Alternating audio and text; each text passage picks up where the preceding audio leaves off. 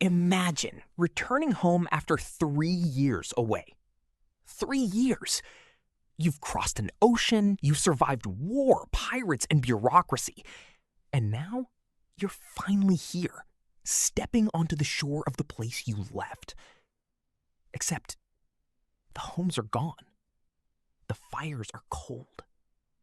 And somewhere on this island is your daughter, your son-in-law, your newborn granddaughter who you have never heard laugh. It is the evening of August 18th, 1590.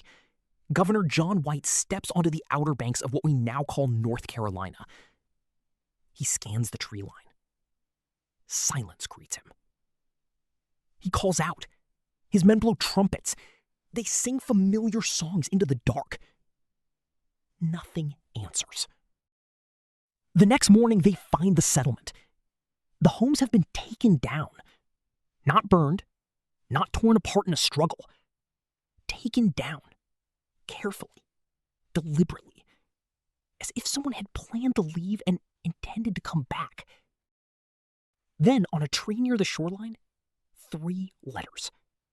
Carved deep into the bark. C-R-O. And at the entrance to the stockade wall, in careful capital letters deep enough that someone took considerable time to cut them, 7 letters that would echo across more than 4 centuries of American history. C-R-O-A-T-O-A-N.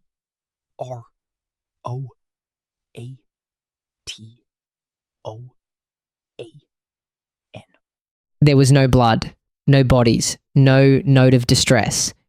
Just that word and 115 people gone.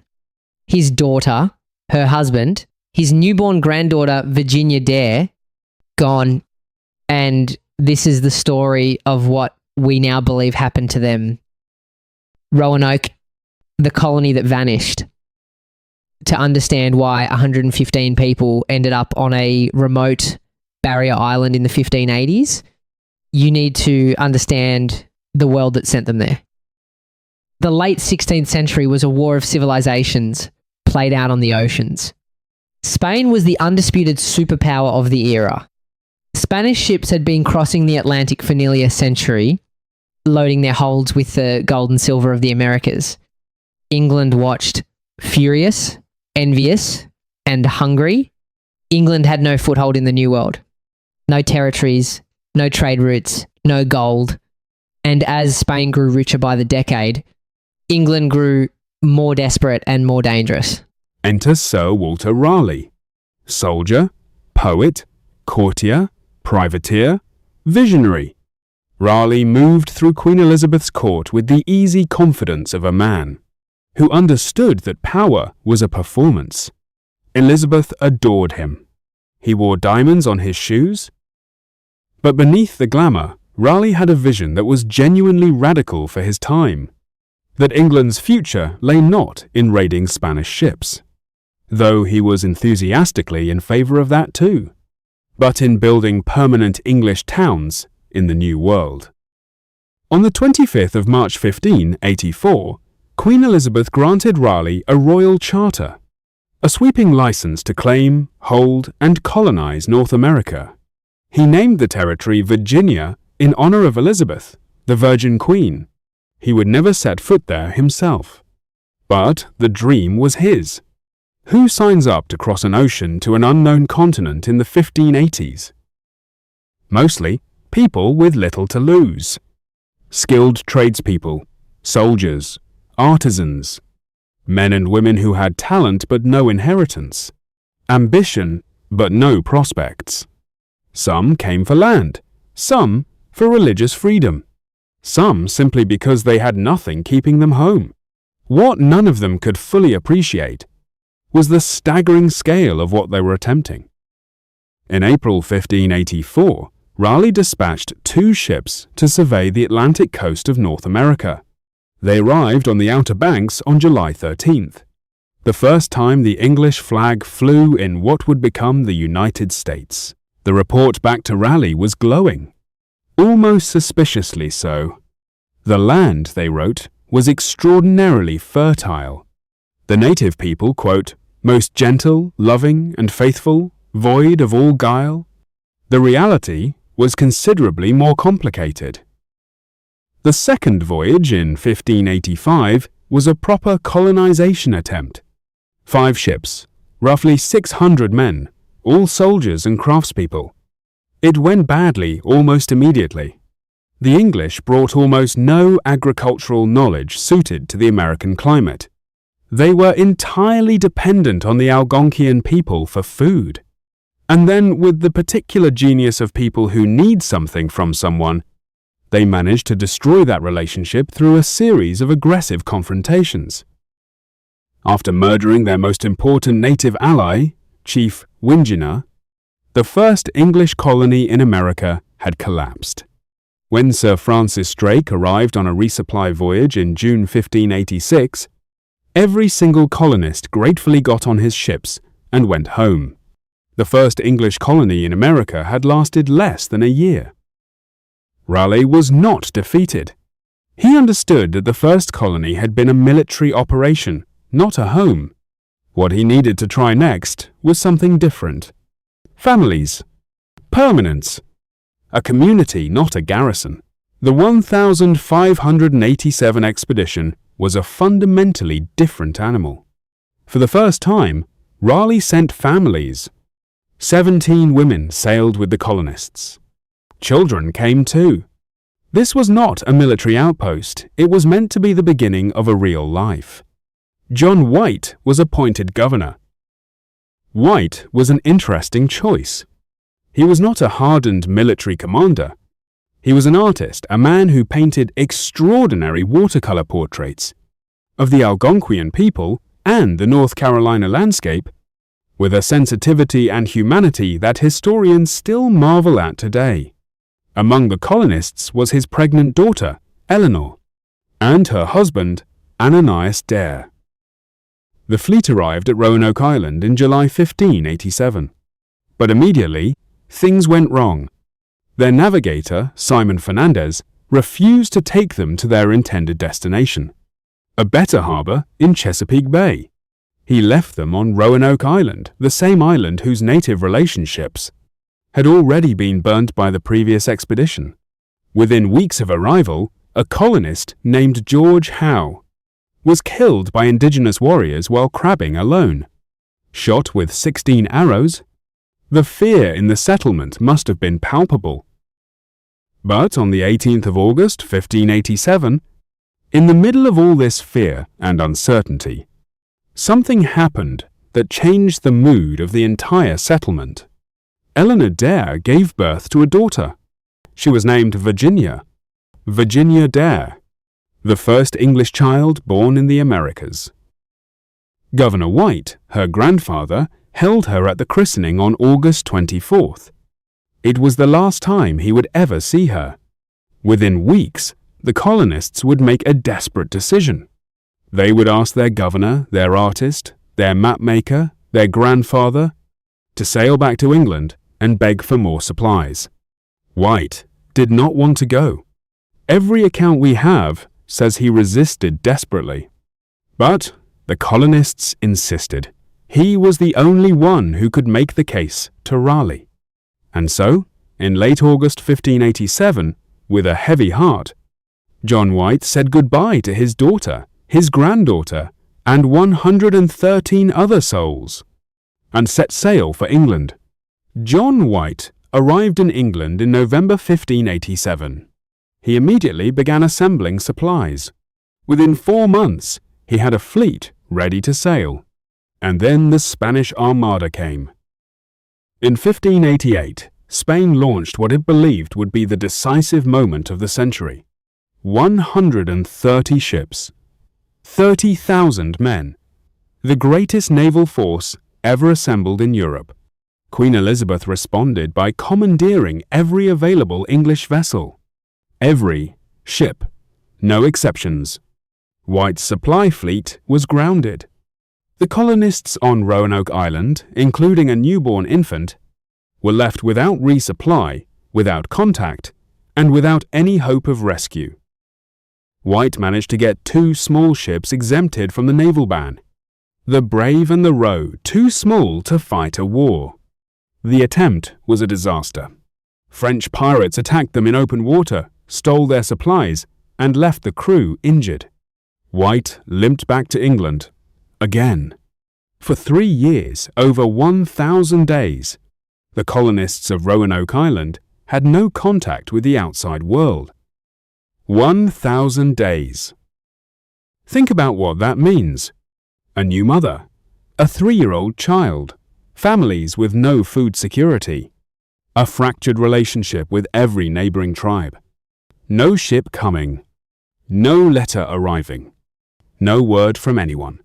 Whatever decision the colonists made to stay, to move, to adapt, they made it entirely alone, without support, without rescue, without their government. They were forgotten while they were still alive. John White's final voyage to Roanoke departed England in March 1590. He was not the captain. He was barely even a guest. The fleet's primary purpose was privateering attacking Spanish ships in the Caribbean. Rescuing the lost colony was, as one historian put it, secondary at best.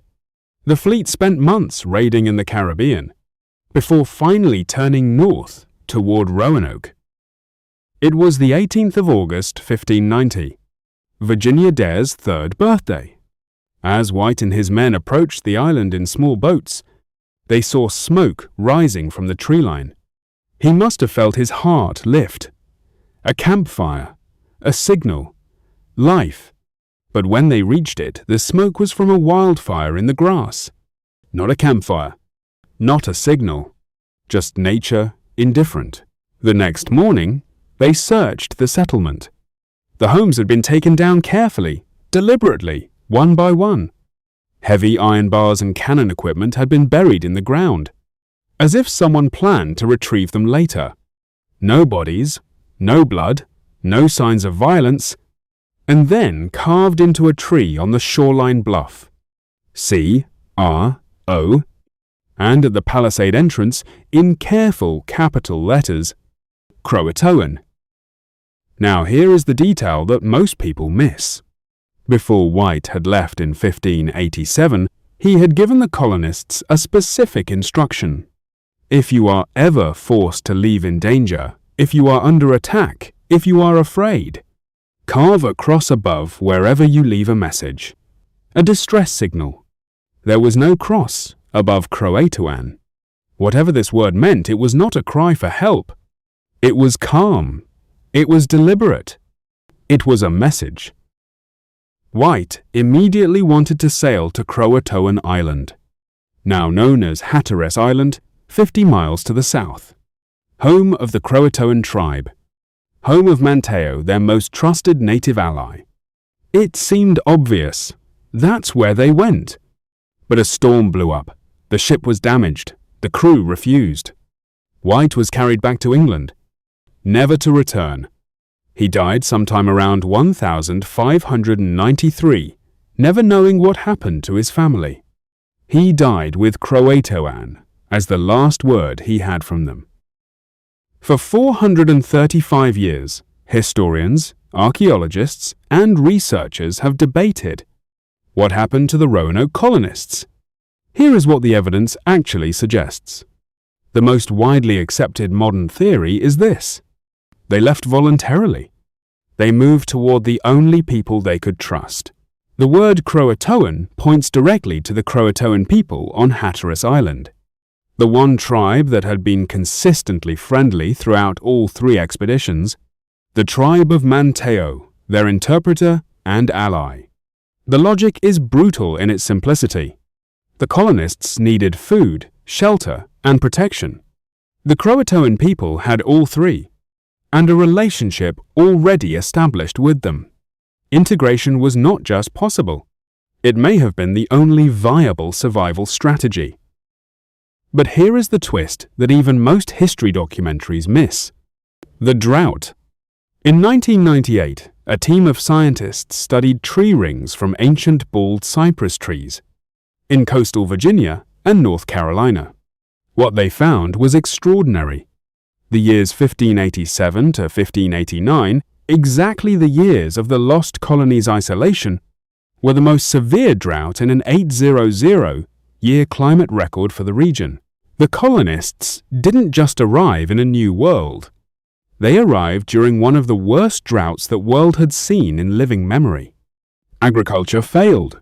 Indigenous food supplies were stretched thin. Trade relationships that might have sustained them broke under the pressure. The drought explains so much that was previously unexplained. It reframes the story entirely. This was not a mystery of supernatural disappearance. It was a story of people caught between an empire that abandoned them and a climate that gave them no margin for error. Then, in 2012, a 400-year-old map changed everything. The map is called La Virginia Pars, a part of Virginia. It was drawn by John White himself, the very governor who had been searching for his lost colonists. It had been sitting in the British Museum since 1866. Scholars had studied this map for generations. But in 2012, researchers from the First Colony Foundation and the British Museum tried something new. They shone a light box through the map, transmitted light imaging, to see what might be hidden beneath its surface. On the northern section, there was a small paper patch, the kind cartographers used to cover mistakes. When the light passed through it, something extraordinary appeared. Beneath that patch, a four-pointed star symbol, outlined in blue, filled in red.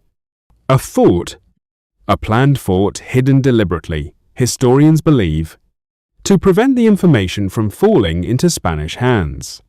And here is where it gets remarkable.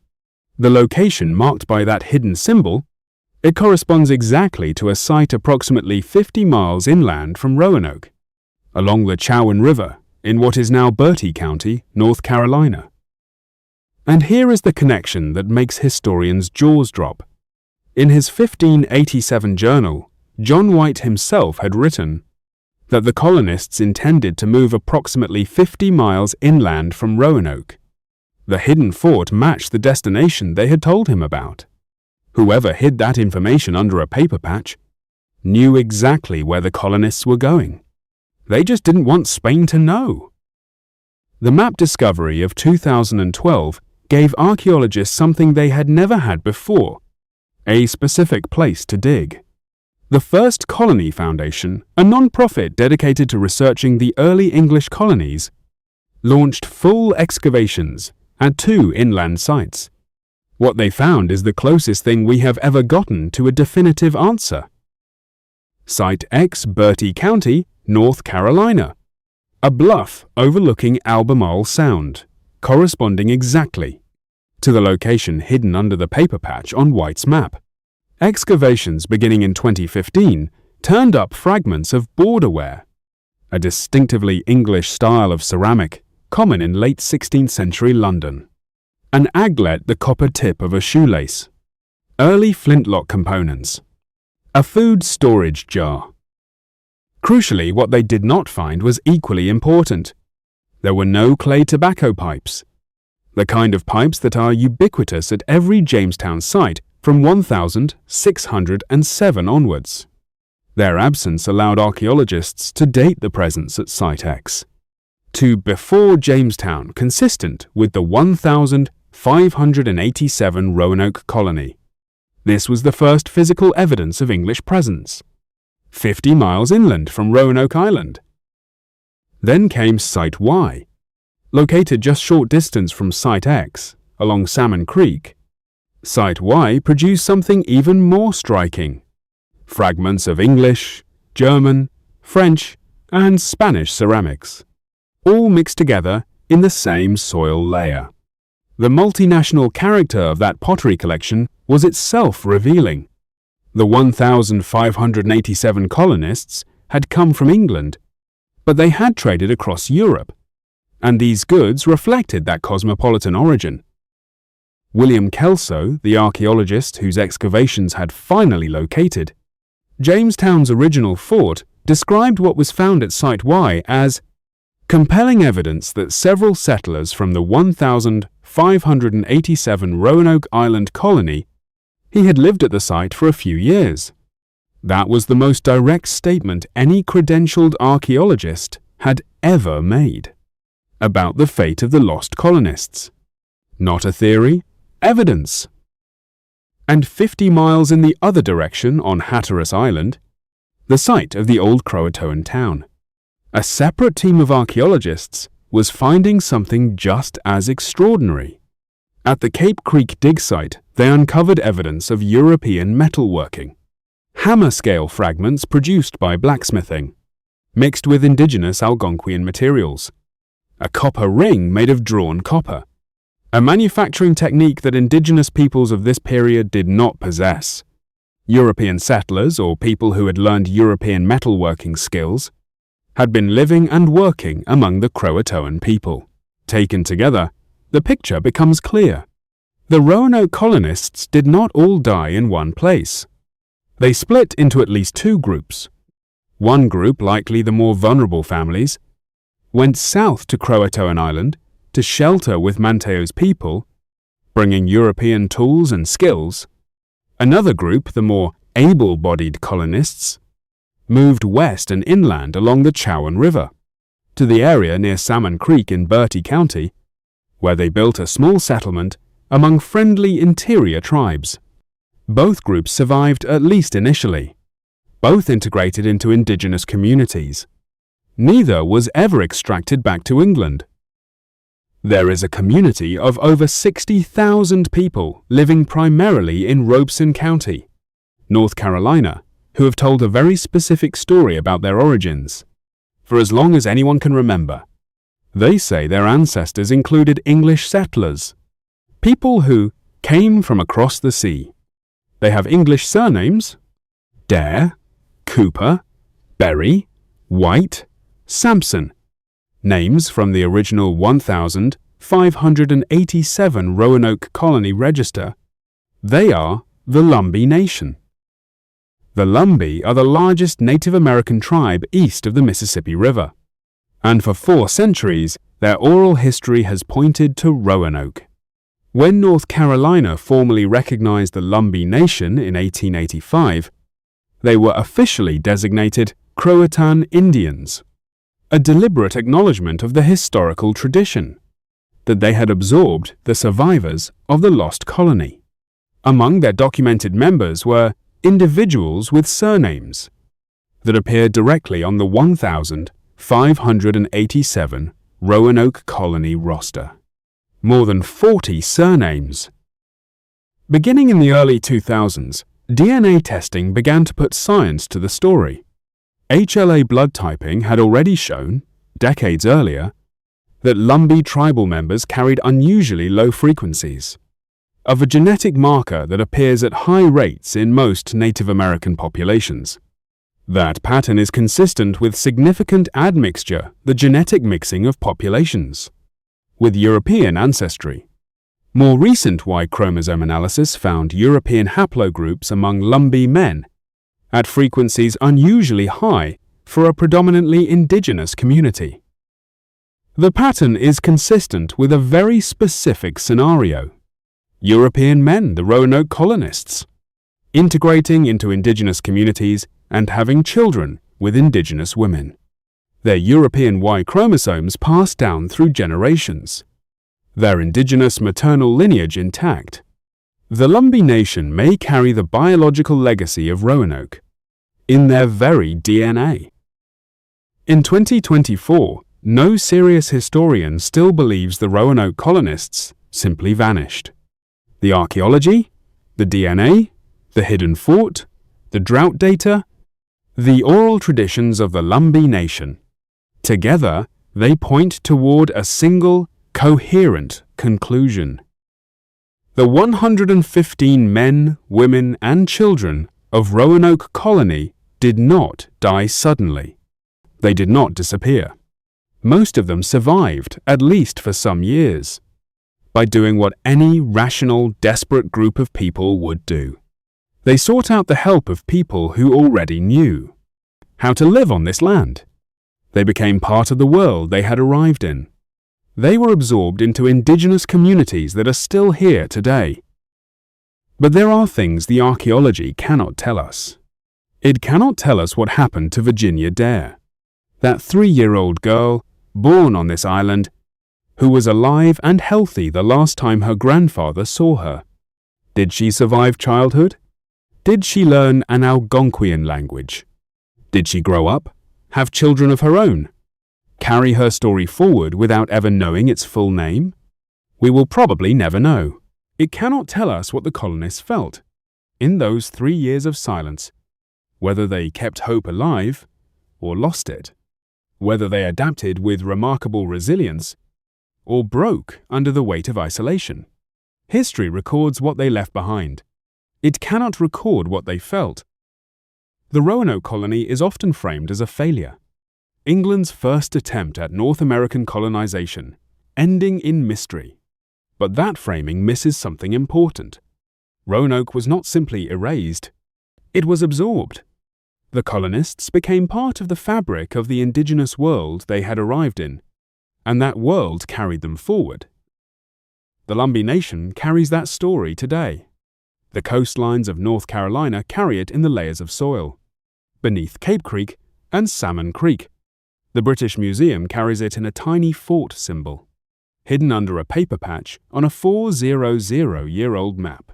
And somewhere in the DNA of families scattered across the American South, there are molecules that were in the bodies of men and women who stood on a barrier island in 1587, looked at an unknown continent, and decided to try.